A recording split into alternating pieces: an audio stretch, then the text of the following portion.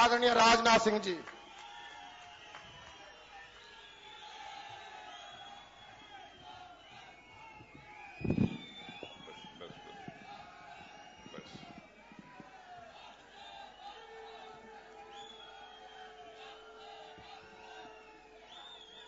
Bharatiya Janata party Himachal Pradesh के अध्यक्ष श्री सतपाल जी सत्ती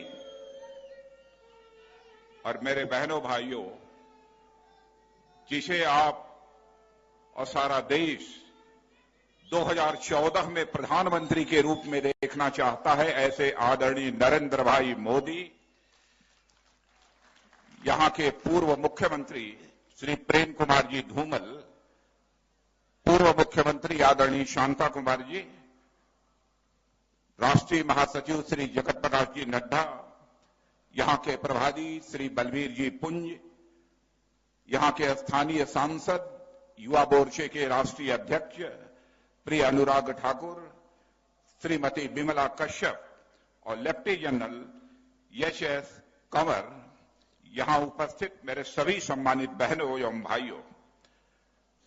भाइयों, मुझे यह कल्पना नहीं थी कि हिमाचल प्रदेश में किसी इतनी बड़ी सार्वजनिक सभा को मुझे संबोधित करने का अवसर प्राप्त होगा।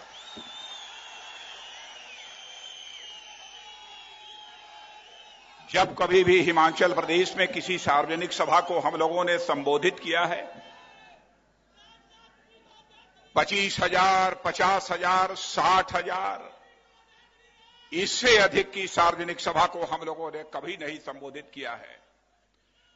लेकिन आज जैसा जनसमूह मैं अपनी आंखों के सामने देख रहा हूं, मैं कह सकता हूं कि हिमाचल के इस पर्वत पर मैं जनसागर को अपनी आंखों के सामने देख रहा हूं।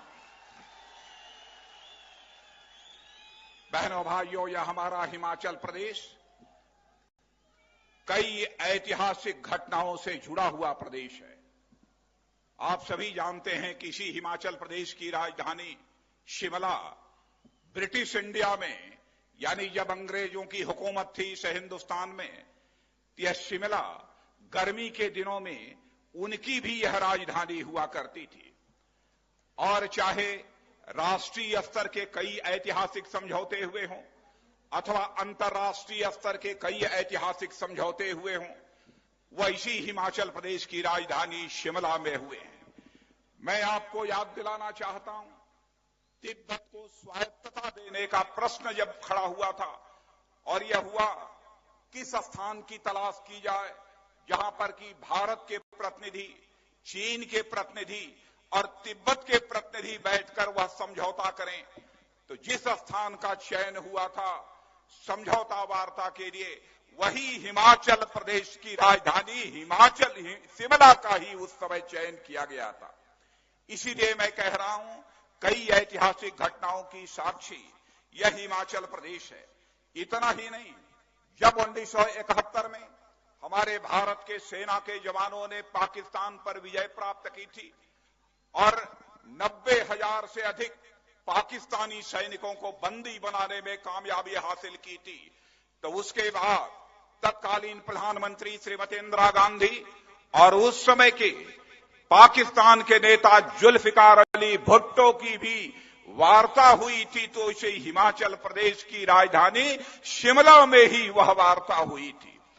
बहनों भाइयों, कई ऐसे समझौते हो चुके हैं, लेकिन सचमुच यदि मैं 1971 के समझौते की बात करता हूं, जिसमें कि पाकिस्तान के बंदी बनाए गए 90,000 से अधिक सेना के जवानों को भारत ने छोड़ देने का काम किया था, शायद उसी समय श्रीमती इंदिरा गांधी ने दो टूक शब्दों में पाकिस्तान को कह दिया होता कि जब तक पाकिस्तान कश्मीर का वह हिस्सा जो पाकिस्तान के कब्जे में है, जिसे हम पाक अधिकृत कश्मीर के रूप में जानते हैं, जब तक पाकिस्तान उसे भारत को वापस नहीं करेगा, तब तक बंदी बनाए गए पाकिस्तान के 90,000 सैनिकों को भी रिहा नहीं किया जाएगा। शायद उसी दिन पाक अधिकृत कश्मीर के बारे में अंतिम फैसला हो गया होता। लेकिन बहनों भाइयों, मुसीबत यथावत बनी हुई है, यथावत मुसीबत बनी हुई है। पाकिस्तान के साथ बार बार समझौते होते हैं, फिर भी पाकिस्तान अपने समझौतों को बार बार तोड़ता है। आज के कुछ महीनों पहले की घटना, जिसकी जानकारी आपको समाचार पत्रों के माध्यम से, इलेक्ट्रॉनिक चैनल के माध्यम से हुई होगी। पाकिस्तान के सेना के जवान एक बार, दो बार, 10 बार सीज फायर का वायलेशन नहीं करते हैं, बल्कि उनके सेना के जवान भारत के सीमा में घुस आते हैं, हमारे भारत के सेना की जवानों की हत्या करके वापस चले जाते हैं। और पाकिस्तान के सेना के जवानों ने एक बार तो ऐसा दुस्साहस किया कि हमारे देश की सीमा में घुसकर हमारे 2 सेना के जवानों की हत्या कर दी। एक हमारे सेना के जवान की हत्या करने के बाद उसका शरीर कुचल डाला और दूसरे सेना के जवान का सिर धड़ से अलग करके वह वापस उसका सिर अपने साथ लेकर पाकिस्तान चले गए। लेकिन हमारे प्रधानमंत्री हाथ पर हाथ धरे बैठे हुए थे। पाकिस्तान के खिलाफ एक लफ्ज भी बोलने की जहमत इन्होंने, प्रधानमंत्री ने नहीं उठाई। कांग्रेस की अध्यक्षा श्रीमती सोनिया गांधी ने भी बोलने की जरूरत नहीं समझी। बार बार भारत के राष्ट्रीय मान सम्मान, स्वाभिमान पर पाकिस्तान ने चोट पहुंचाई है। बहनों भाइयों, चीन ने चोट पहुंचाई है, लेकिन कांग्रेस की हुकूमत चुप्पी साधे बैठी रहती है। शायद उसे इस बात की जानकारी नहीं है कि जब जब भारत और पाकिस्तान के बीच जंग हुआ है तो हमारे भारत के बहादुर सेना के जवानों ने बराबर पाकिस्तान पर विजय हासिल की है और भारत की विजय पताका को फहराने का काम किया है। यदि हमारे भारत के सेना के जवानों का यह सरकार हाथ न बांधती, हमारे सेना के जवानों को खुली आजादी दे देती, तो मैं दावे के साथ कहता हूं कि दुनिया के किसी देश की हिम्मत नहीं थी कि भारत की ओर आंख उठाकर देखने की जुर्रत कर सके। एक बार हमारे सेना के जवानों को खुला हाथ देकर तो देखो क्या हो गया है इस हुकूमत। यही चीन हमारा पड़ोसी देश है। बहनों भाइयों, पड़ोसी देशों के साथ हम बेहतर रिश्ते चाहते हैं। हम उनके साथ रिश्ते न तोड़ना चाहते हैं, न बिगाड़ना चाहते हैं। पाकिस्तान भी बार बार सीज फायर का वायलेशन करता है। कभी यह मान लेता है कि कश्मीर घाटी का यह हिस्सा भारत का हिस्सा नहीं है, यह चीन का हिस्सा है। और कश्मीर से जाने वाले नागरिकों को नत्थी किया हुआ वीजा जारी किया करता है। और अरुणाचल प्रदेश को भी यह कहता है कि अरुणाचल यह भारत का हिस्सा नहीं है, भले अरुणाचल यह चीन का हिस्सा है, उसे भी नत्थी किया हुआ वीजा जारी करता है। क्या हो गया है हमारी इस कांग्रेस की सरकार को। और हमारे प्रधानमंत्री डॉक्टर मनमोहन सिंह जी 23 अक्टूबर 2013 को चीन की राजधानी बीजिंग में जाते हैं। बीजिंग के साथ एक बॉर्डर डिफेंस कोऑपरेशन एग्रीमेंट कर डालते हैं। और बहनों भाइयों, आपको जानकर आश्चर्य होगा कि हमारे प्रधानमंत्री ने जो समझौता किया है चीन के साथ, वह कैसा शर्मनाक समझौता किया है। यदि चीन के सेना के जवान भारत की सीमा में घुस आते हैं तो भारत का सेना का जवान उन्हें पीछे खदेड़ेगा नहीं, बल्कि शांतिपूर्वक बैठा रहेगा, उनसे आरजू मिन्नत करेगा कि आप वापस चले जाइए, वापस चले जाइए। क्या हो गया है हमारी इस सरकार को। बहनों भाइयों, भारत जनसंख्या की दृष्टि से दुनिया का दूसरा सबसे बड़ा देश है। और मैं कह सकता हूं, हमारे सेना के जवानों के पास जो ताकत है, कुव्वत है, बिरले ही दुनिया के किसी देश के पास वह ताकत होगी, वह कुव्वत होगी। लेकिन बराबर कांग्रेस की हुकूमत ने हमारे सेना के जवानों के हाथ को बांध कर रखने की इसने बराबर कोशिश की है। और मैं तो यह कहता हूं, क्यों नहीं अच्छे अच्छे रक्षा उपकरण हमारे सेना के जवानों को उपलब्ध कराए जाते हैं। बराबर आपने देखा होगा कि आजादी के 67 वर्ष गुजर जाने के बावजूद 55 वर्षों तक इस देश में अखंड हुकूमत यदि किसी ने किया है तो कांग्रेस ने हुकूमत किया। लेकिन 55 वर्षों में अपनी हुकूमत ने कांग्रेस में यहां पर एक भी ऐसी डिफेंस फैक्ट्री नहीं खोली है जहां पर कि अच्छे किस्म के रॉकेट लॉन्चर तैयार किए जा सकें, सेना के जवानों के द्वारा प्रयोग किए जाने वाले राइफल्स तैयार किए जा सकें, अन्य हथियार तैयार अच्छे किस्म के किए जा सकें। यह करने की जरूरत कांग्रेस की सरकार ने नहीं समझी, जबकि हमारे यहां defence research and development organisation भी है। एक से एक टेक्नोलॉजी का, एक से एक तकनीक का वह अनुसंधान करता है। यदि हम मंगलयान छोड़ सकते हैं तो बहनों भाइयों, हम अच्छे अच्छे हथियार क्यों नहीं बना सकते हैं? यह बात हमारी समझ में नहीं आती है। लेकिन मुझे पक्का भरोसा है, जैसा मैं अपने प्राइम मिनिस्ट्रियल कैंडिडेट नरेंद्र भाई को जानता हूं, इनके कलेजे में जो ताकत है, इनके अंदर जो उमंग है, भारत माता की लाज बचाने के प्रति जो एक तड़पन है,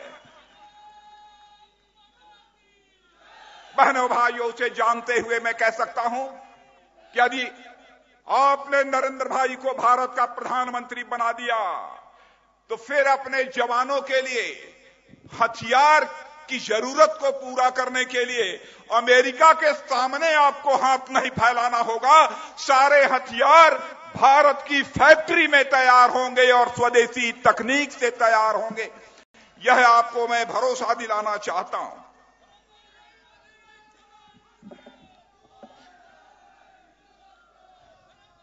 बहनों भाइयों, भारत के अंदर हर प्रकार की क्षमता है। भारत के नौजवानों के अंदर वह योग्यता और प्रतिभा है। और हिमाचल प्रदेश का तो शायद ही कुछ ऐसे परिवार होंगे जिस परिवार का कोई न कोई व्यक्ति सेना में नहीं काम करता होगा। और मुझे याद है कि 1971 में जब भारत और पाकिस्तान जब वो युद्ध हुआ था 1971 का, तो उस समय 195 से अधिक नौजवान यदि कहीं का शहीद हुआ था तो केवल और केवल हिमाचल का यह जवान शहीद हुआ था। इसे भी अच्छी तरह जानता हूं।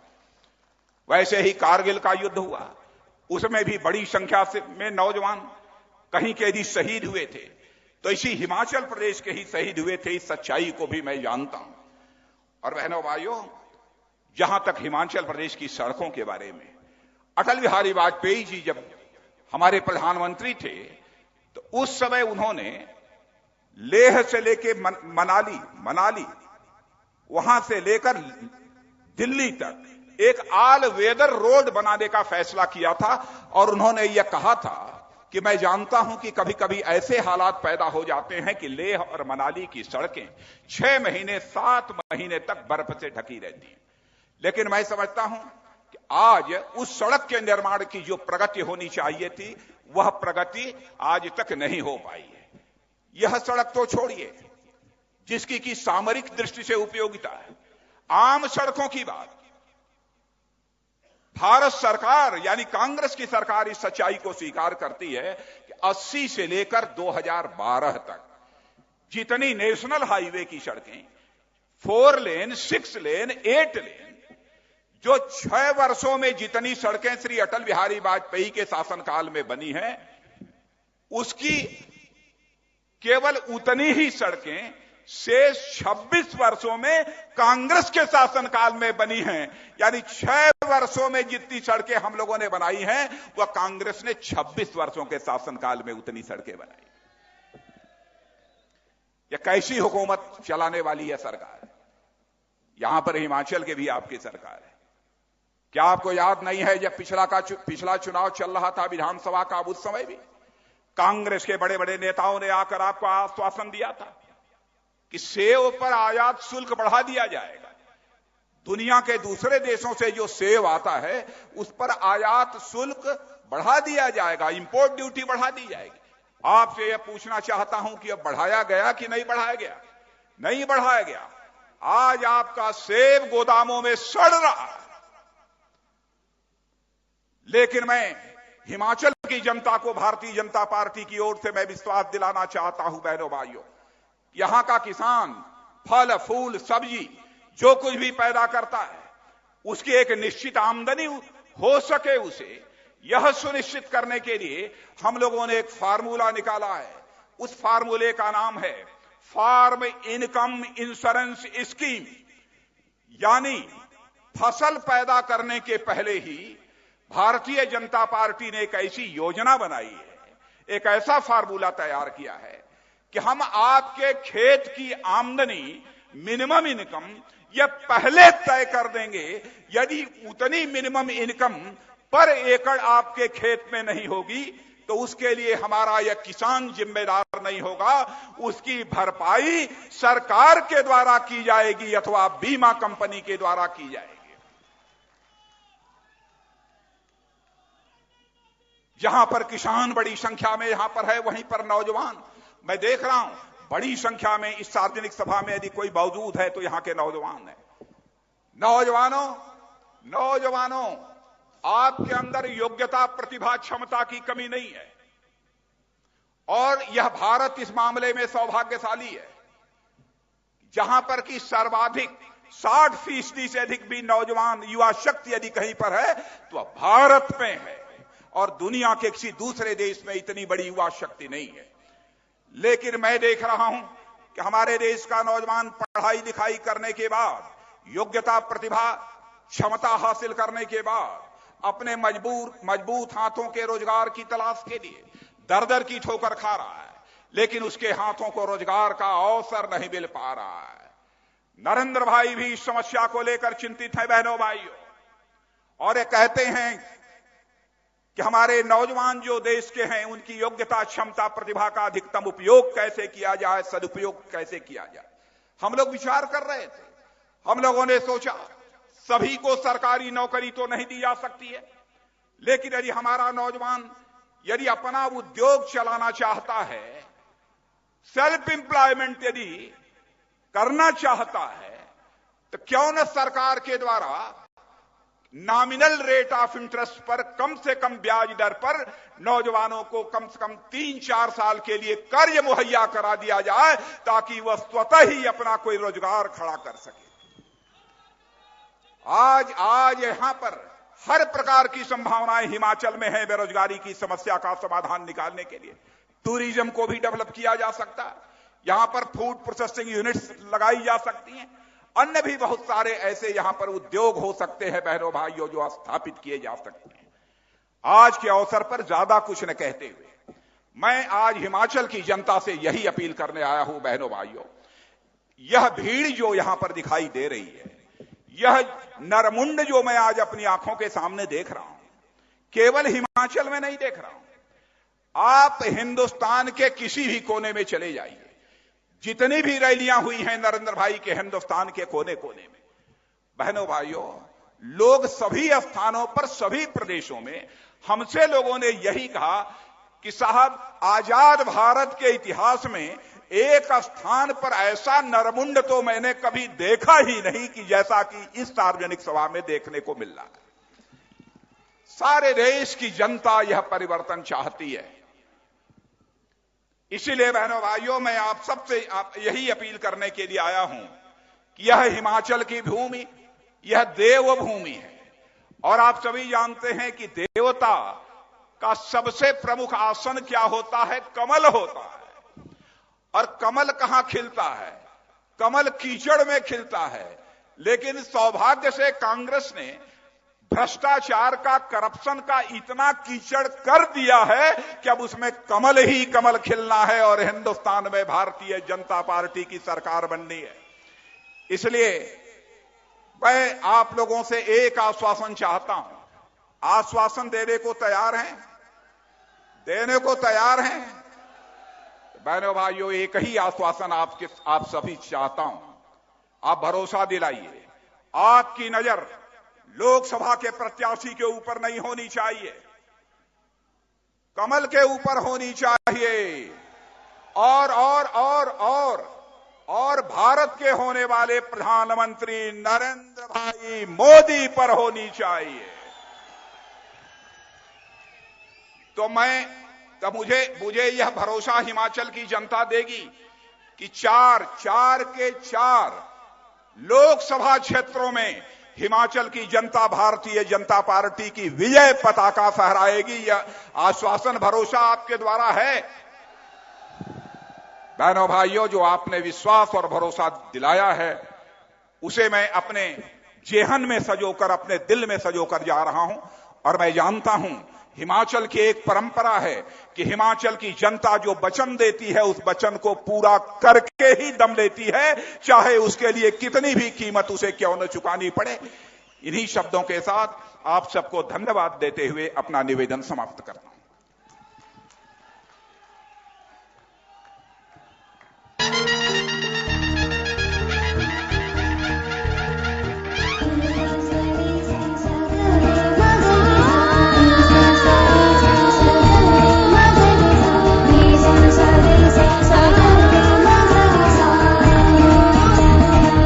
नाम जो आशा का अंकुर उपजाने वाला है,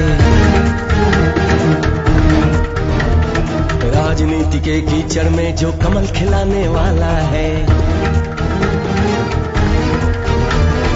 एक नाम जो आशा का अंकुर उपजाने वाला है, राजनीति के कीचड़ में जो कमल खिलाने वाला है, और भारत के आगे पूरा विश्व झुकाने वाला है। यकीन के सन 14 में